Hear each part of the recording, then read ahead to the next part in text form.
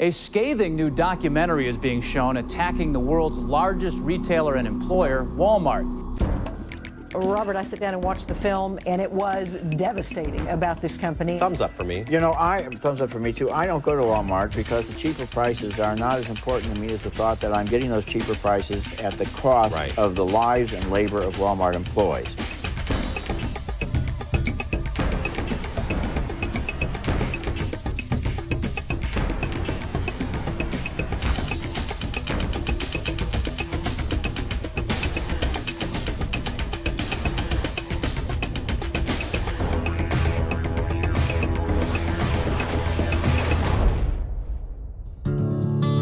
It's been almost 2 years I've been working for the company.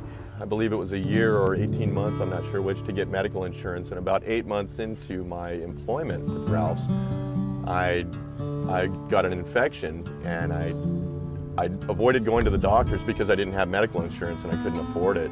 The infection got worse and it got up in behind my eye and started swelling my eye shut, and I got to the point where I had to go to the emergency room. And once I got there, I didn't realize it, but they had to do all kinds of extensive tests and whatnot, and the bill ended up being close to $8,000. So I'm falling farther and farther and farther behind, and it's just really getting really tough for me to make ends meet. You know, hence to the point I had to go file Chapter 7 today, bankruptcy, and I'm having a hard time dealing with the stress of the creditors coming after me, and you know, how am I going to live from day to day? I just don't know. I'm scared. You know, and that's just being brutally honest. I'm scared. You know, I'm a 42-year-old man, and I'm almost in tears here.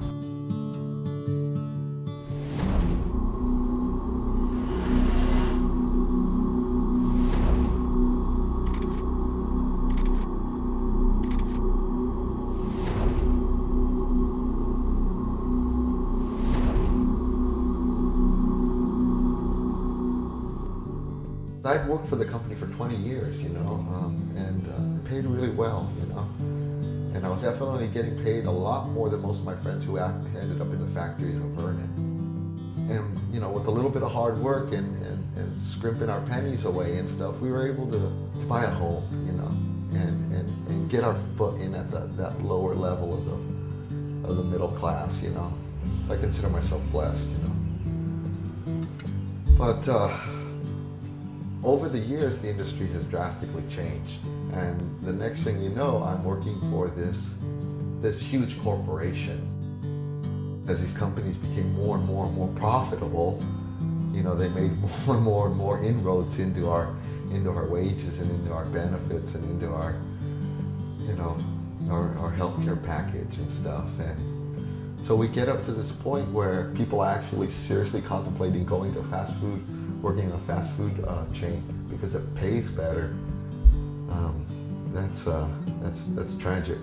And that's what puzzles me to this day, that a company that big can, you know, that profitable, you know, why it wants it all, you know. And, you know, I think they're just greedy pigs, you know. That's what I boil it down to, you know.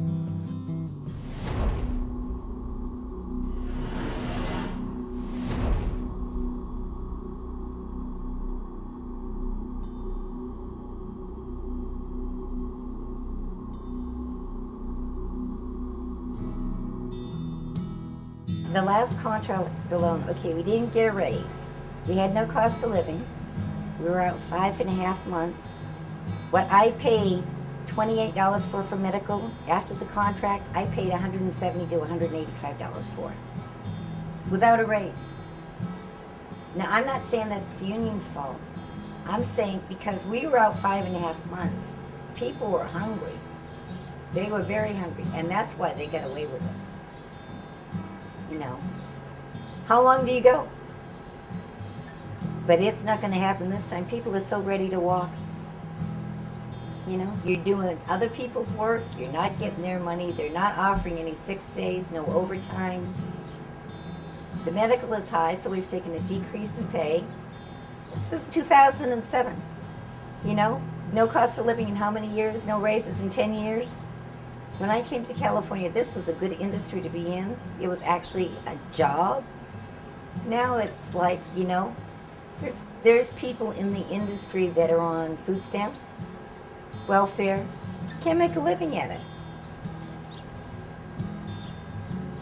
You know, we thought the food industry was safe and secure. Not happening.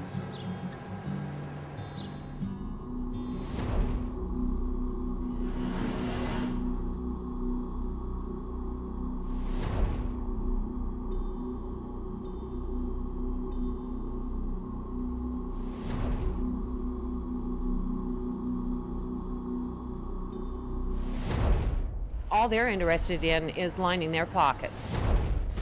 Hi, my name is Christopher Sprinkle. I'm calling from Hi, this is Robert Greenwald and Christopher Sprinkle. We're calling Brave from... New Films in Los Angeles, and I was calling... We are documentary filmmakers, and we're working on a film about Ralph's and a few of the other supermarkets. schedule an interview, if at all possible, with Mr. Steve Bird, the CEO there. And we particularly wanted to talk to Mr. Dillon about the fact that the workers haven't gotten a raise in 5 years, and he made $6 million last year. They do deserve privileged wages, but 52 times the amount of the average worker is something that I just can't live with. We need to try and schedule an interview with Mr. Noddle.